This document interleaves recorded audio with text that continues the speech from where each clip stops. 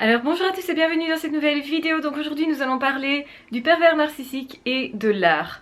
Effectivement, vous allez en rencontrer aussi dans les domaines artistiques, ce n'est pas si rare. Malgré tout, effectivement, c'est pas la majorité qui vont aller dans l'art parce que justement, ils vont être assez visibles parce qu'ils manquent de créativité, d'authenticité. Et généralement, ce sont des personnes qui vont se mettre souvent en relief, en couleur, comme ça justement, mais en utilisant les connaissances, les acquis d'autres personnes. Donc comme eux-mêmes, ils ne sont pas capables de faire vraiment de l'art, ils sont capables par contre de copier les choses parfois. Donc c'est-à-dire au niveau technique, ils peuvent avoir tout à fait une technique, par exemple de peinture ou de sculpture ou que sais-je d'autre, mais les pervers narcissiques ne sont pas du tout artistiques. Donc autrement dit, ils vont choisir un domaine dans lequel c'est facile de copier, ça leur demande moins d'efforts et surtout ça leur apporte une valorisation.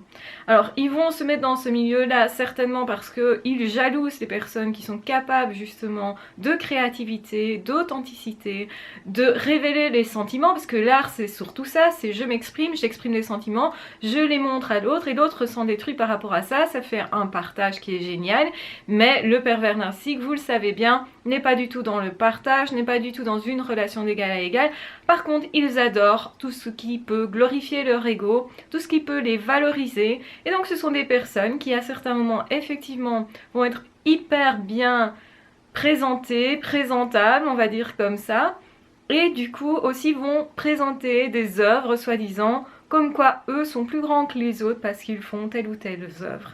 Et vous savez bien que dans le domaine artistique, on n'est pas nécessairement dans un domaine où il n'y a pas du tout d'ego, c'est parfois justement un petit peu des guéguerres à ce niveau-là. Ça dépend des artistes bien entendu. Il y a des artistes qui vont seulement s'exprimer, qui font ça pour s'exprimer, qui font ça aussi pour le partage, qui vont être là-dedans, et d'autres qui vont le faire pour avoir une reconnaissance, qui parfois font ça parce qu'ils n'ont pas su justement avoir un métier épanouissant, peut-être ils sont en burn-out ou pour X raisons, ils essayent de se glorifier comme ça, et les pervers narcissiques font partie des personnes qui essayent de se glorifier, de justement valoriser leur ego.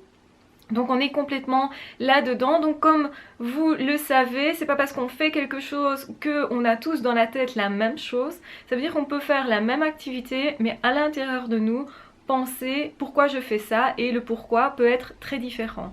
Si quelqu'un va peindre, une autre personne va peindre également. Le premier qui peint fait ça pour immortaliser peut-être un moment, pour partager ses émotions, pour être vraiment dans aussi l'acquisition de techniques. Et si c'est pas parfait, c'est pas grave, au contraire, ça va créer justement une inventivité, un biais qui peut être intéressant et qui va permettre de découvrir une autre technique, éventuellement d'inventer des nouvelles choses, etc. Là vous êtes vraiment dans le côté purement artiste, purement artistique, et aussi je cherche au fond de moi ce que j'ai à offrir aux autres. Donc il y a le relationnel, il y a le côté technique, etc. Donc généralement les artistes sont assez là-dedans. Et donc c'est tout un cheminement en fait, hein. Donc c'est je me connecte à moi et je partage. Le pervers narcissique n'est pas du tout connecté à lui-même, donc lui c'est plutôt, il va peindre pour essayer justement d'avoir une place, on va essayer d'avoir un prix, d'être justement un artiste cité, d'être reconnu. En fait, ce qui l'intéresse c'est l'autorité. C'est l'autorité que ça représente, c'est-à-dire que certaines personnes vont pouvoir se pâmer devant le pervers narcissique en se disant waouh c'est génial, c'est un artiste, c'est génial parce qu'il fait des chouettes choses, etc. Mais généralement cette personne-là va pomper ça de quelque part.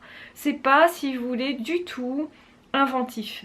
C'est pas du tout créatif. C'est quelque chose, une technique qui a déjà été faite par quelqu'un d'autre, c'est quelque chose qui est copié et recopié constamment. Donc le truc c'est que c'est hyper rigide, qu'un artiste normalement il va évoluer au courant de sa carrière, il va pas rester tout le temps dans le même domaine, il peut même switcher d'un domaine à un autre, faire de la peinture, de la sculpture, de la céramique, etc.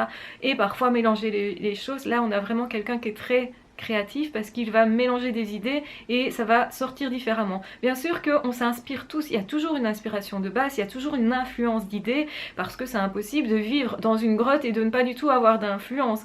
Ne fût-ce que d'aller voir une galerie d'art, forcément vous venez d'être influencé sans le savoir.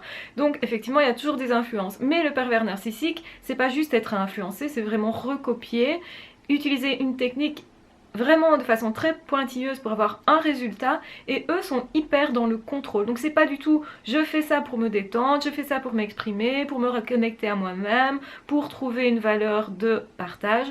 Peut-être pour trouver des victimes, ça c'est très possible, et surtout pour se faire valoriser, pour justement avoir une place au soleil, éventuellement aussi pour l'argent, disons-le clairement. Effectivement, la vision de l'art d'un pervers narcissique est complètement autre, est complètement surdimensionnée, donc c'est quelqu'un qui va se mettre énormément en scène, donc va essayer d'avoir des articles, de faire des photos, d'être interviewé, qui va utiliser beaucoup la parole, qui va essayer d'endormir un peu les gens aussi, hein. Vous avez ça chez les pervers narcissiques, c'est on va faire une réunion, mais en fait la réunion elle sert à rien, en fait elle sert simplement à prendre du temps aux autres personnes. Et c'est aussi quelqu'un qui va essayer de ralentir les autres, de les empêcher de se réaliser, de les empêcher de passer un bon moment entre artistes. C'est quelqu'un qui forcément est attiré toujours par les conflits, toujours quelqu'un aussi qui essaye d'humilier les autres mais de façon assez souterraine. C'est pas quelque chose qui saute aux yeux de prime abord, et effectivement c'est pas toujours facile du coup de les détecter de prime abord. Vous le savez, c'est vraiment votre boussole à l'intérieur qui va vous faire dire mais j'aime pas cette personne, je sais pas pourquoi j'aime pas cette personne. Une personne artistique normalement ne devrait pas être pervers narcissique, et bien c'est pas vrai. Attention de ne pas faire justement ce cheminement de pensée, de raccourci justement où on se dit comme c'est quelqu'un qui est dans l'art, c'est pas quelqu'un qui est pervers narcissique. Attention, attention, les pervers narcissiques sont assez subtils justement pour copier les choses, c'est quelque chose dans lequel ils excellent. N'oubliez pas que justement comme ils n'ont pas de sentiments, ils vont tout le temps copier les sentiments des autres, les relations des autres, les états d'esprit des autres, la façon d'être des autres, et tout est extrêmement étudié justement. Et donc effectivement quelqu'un qui recopie un dessin, un paysage, ça va être peut-être au niveau technique assez impressionnant. Donc les pervers narcissiques peuvent maîtriser très bien la technique. Ce qu'ils ne maîtrisent pas, c'est évidemment le côté inventif, créatif, décalage, sortir de la boîte, sortir justement de sa zone de confort un petit peu, être en dehors des sentiers battus. Et généralement les artistes qui à un moment donné se font vraiment reconnaître comme tels, ce sont plutôt des personnes qui vont exceller dans la créativité et qui en fait ne cherchent pas spécialement ça. Ils cherchent quand même le partage, et ils cherchent quand même justement à faire ressentir les choses aux autres, mais pour faire ça, eh bien, il faut avoir des sentiments en soi. Donc évidemment, le pervers narcissique va copier les autres artistes. C'est aussi une occasion pour lui de se mettre au centre d'un groupe où il y a potentiellement des HP, hein, où il y a potentiellement justement des gens très sensibles, où il y a potentiellement des gens aussi peut-être un peu en déperdition par rapport au monde du travail, qui vont parfois dans l'artistique justement parce qu'ils sont déçus du monde du travail ou déçus parfois des relations humaines, et ces personnes-là vont trouver de quoi se connecter, vont retrouver une famille si vous voulez quelque part dans le monde artistique. Évidemment les pervers narcissiques vont tout faire pour isoler une personne, pour en faire une victime, pour la copier éventuellement, pour se servir de sa créativité, donc c'est l'autre qui va aller l'aider. Donc c'est assez courant qu'un HP malheureusement quand il ne sait pas qu'il est HP va donner son don à quelqu'un qui ne le mérite pas tout simplement. Donc ne donnez pas votre don à n'importe qui, n'aidez pas n'importe qui, regardez toujours quelle est la personne avec qui vous travaillez éventuellement au niveau artistique, parce que à un moment donné cette personne va forcément s'attribuer votre travail et dire que c'était lui ou elle qui a eu l'idée de prime abord. C'est toujours le même principe, c'est pareil dans le couple, c'est pareil dans le milieu du travail, c'est toujours je m'approprie ton travail, je m'approprie tes idées et ainsi je peux briller à ta place. Donc c'est pas du tout juste évidemment, c'est pas du tout correct non plus, c'est pas du tout respectueux, on est bien dans de la manipulation. Et parfois certains vont se dire bah, c'est pas très grave, je m'en fous, des idées j'en ai d'autres, j'ai été copiée mais c'est pas grave. Une idée peut potentiellement être copiée. Et c'est vrai que quand on fait de l'art, quand on fait quelque chose, forcément on peut toujours être copié, mais n'oubliez pas que une personne qui va avoir les louanges à votre place, c'est quand même quelque chose de bizarre, parce que normalement une personne saine ne fait pas ça. La personne saine va normalement se culpabiliser d'avoir fait ça. Or le pervers narcissique, lui il s'en glorifie, il se dit je suis plus intelligent qu'elle ou que lui, j'ai pu lui voler ses idées, c'est génial, je vais recommencer, etc. Et donc c'est une personne qui va vous utiliser de toute façon, qui va utiliser votre réussite et qui va vous voler vos relations, vos réussites et votre personnalité, qui va vous copier énormément. Donc c'est une occasion pour eux effectivement de comprendre comment vous fonctionnez, d'être dans un climat détendu généralement, parce qu'on fait ça dans la détente, tout ce qui est artisanat et art en général. et donc de se dire je peux apprivoiser plus facilement cette personne-là, je peux avoir plus facilement des confidences. Donc le pervers narcissique se nourrit de ça parce que c'est comme ça qu'il va détecter qui est sensible, qui ne l'est pas, comment vous fonctionnez et pouvoir vous enfermer dans vos croyances, hein. Ce ne sont jamais que des croyances malgré tout, et quand vous aurez compris ça, vous aurez compris que c'est inutile d'avoir peur de ces gens-là, qu'il suffit simplement de dire à l'autre mais non non non pas du tout, t'avais pas bien compris ça ou ça, pour le dérouter, parce que c'est quelqu'un d'hyper rigide qui va éventuellement se mettre en colère justement quand vous présentez d'autres idées, et aussi c'est quelqu'un qui va défendre des idées bec et ongle sans en démordre et toujours en disant que vous avez tort, que vous ne savez pas et que vous manquez de respect au pervers narcissique parce que vous vous opposez, vous donnez d'autres idées. Or quelqu'un qui est créatif, artistique réellement, quand quelqu'un s'oppose à son idée, la plupart du temps il va écouter cette idée-là et il va en faire quelque chose, si en tout cas il y a une bonne intention derrière.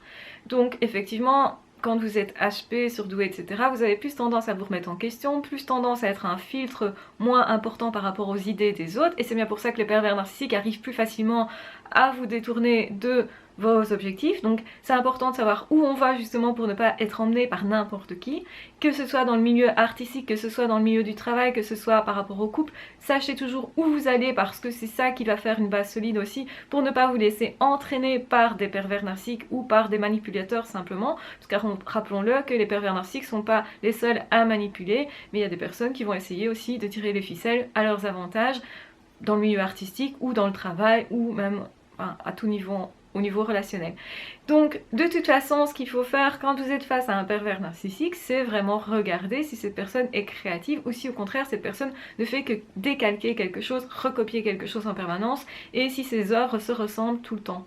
Si vous êtes vraiment dans quelque chose où tout est toujours la même chose, où ça ressemble à du plagiat, évidemment vous n'aurez pas nécessairement directement l'information d'où ça vient, ce plagiat, hein, parce qu'évidemment si vous ne connaissez pas l'artiste duquel le pervers narcissique s'inspire, eh bien vous aurez l'impression que c'est peut-être créatif. Donc il faut être hyper vigilant et toujours faire exprimer le pervers narcissique sur ce qu'il a ressenti en peignant ça ou en faisant ça, ce qu'il voulait communiquer, etc. Parce qu'à un moment donné, vous allez voir que ça a ses limites. Effectivement, puisqu'ils ne les ressentent pas, à un moment donné, vous allez les coincer ou ils vont s'énerver simplement, ou ils vont être réticents à se révéler, à révéler ce qu'ils ont vécu à ce niveau-là, ou ce qu'ils ont vécu soi-disant, ce qui les a amenés à l'art généralement. Parce qu'effectivement, l'art, on n'y vient pas de façon simple, je dirais, c'est toute une histoire, on ne fait pas ça par hasard du tout, et justement là vous avez plutôt le pervers narcissique qui recopie quelqu'un, qui fait ça parce qu'en fait il sait pas très bien pourquoi il fait ça plutôt pour se glorifier et se valoriser,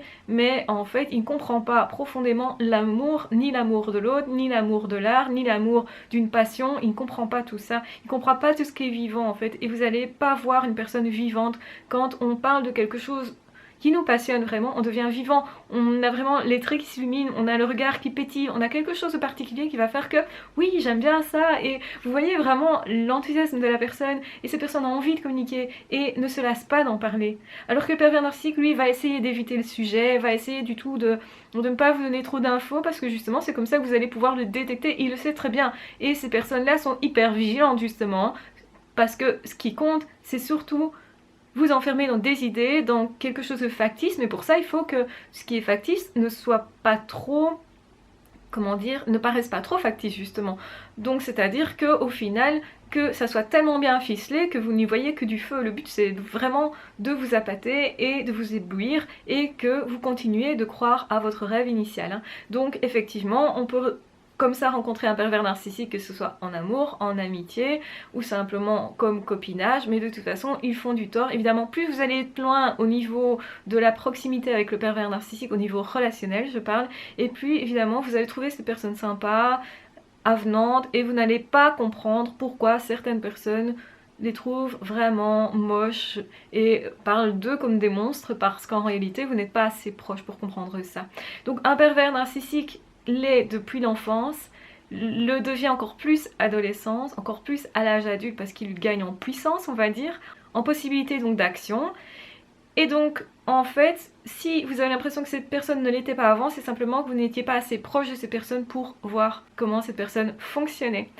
Voilà, je vais clôturer cette vidéo ici parce que je pense qu'elle est assez longue. J'espère que les infos que je vous aurai données vous auront permis de détecter des pervers narcissiques dans le milieu de l'art, ou même détecter simplement ce type de personnes dans d'autres milieux, c'est toujours le même principe. Ils vous volent vos idées, ils prennent votre gloire, ils vous disqualifient, vous humilient, vous fait perdre confiance en vous, vous devenez confus. Donc ça c'est vraiment important, chaque fois vous êtes en perte d'énergie, vous n'avez pas envie de voir cette personne, vous dites oh c'est pas quelqu'un de si mauvais, vous marchez tout le temps sur des œufs, vous êtes vraiment dans un état de vigilance, vous vous sentez épié quand cette personne est là. Donc ça ce sont tous des signaux qui vont vous permettre de détecter les pervers narcissiques. Entre autres, il y a d'autres caractéristiques, n'hésitez pas à regarder les autres vidéos sur le sujet qui sont nombreuses maintenant pour pouvoir vraiment bien détecter et être sûr que c'est bien ça. C'est bien de ça qu'il s'agit. Je vous embrasse de toute façon bien fort. Prenez surtout bien soin de vous. N'hésitez pas à commenter, à liker, à partager cette vidéo si vous pensez qu'elle peut être utile à quelqu'un. Et en attendant, de toute façon, on se retrouve très vite dans d'autres vidéos ou dans d'autres podcasts. Ah, ciao, bye bye!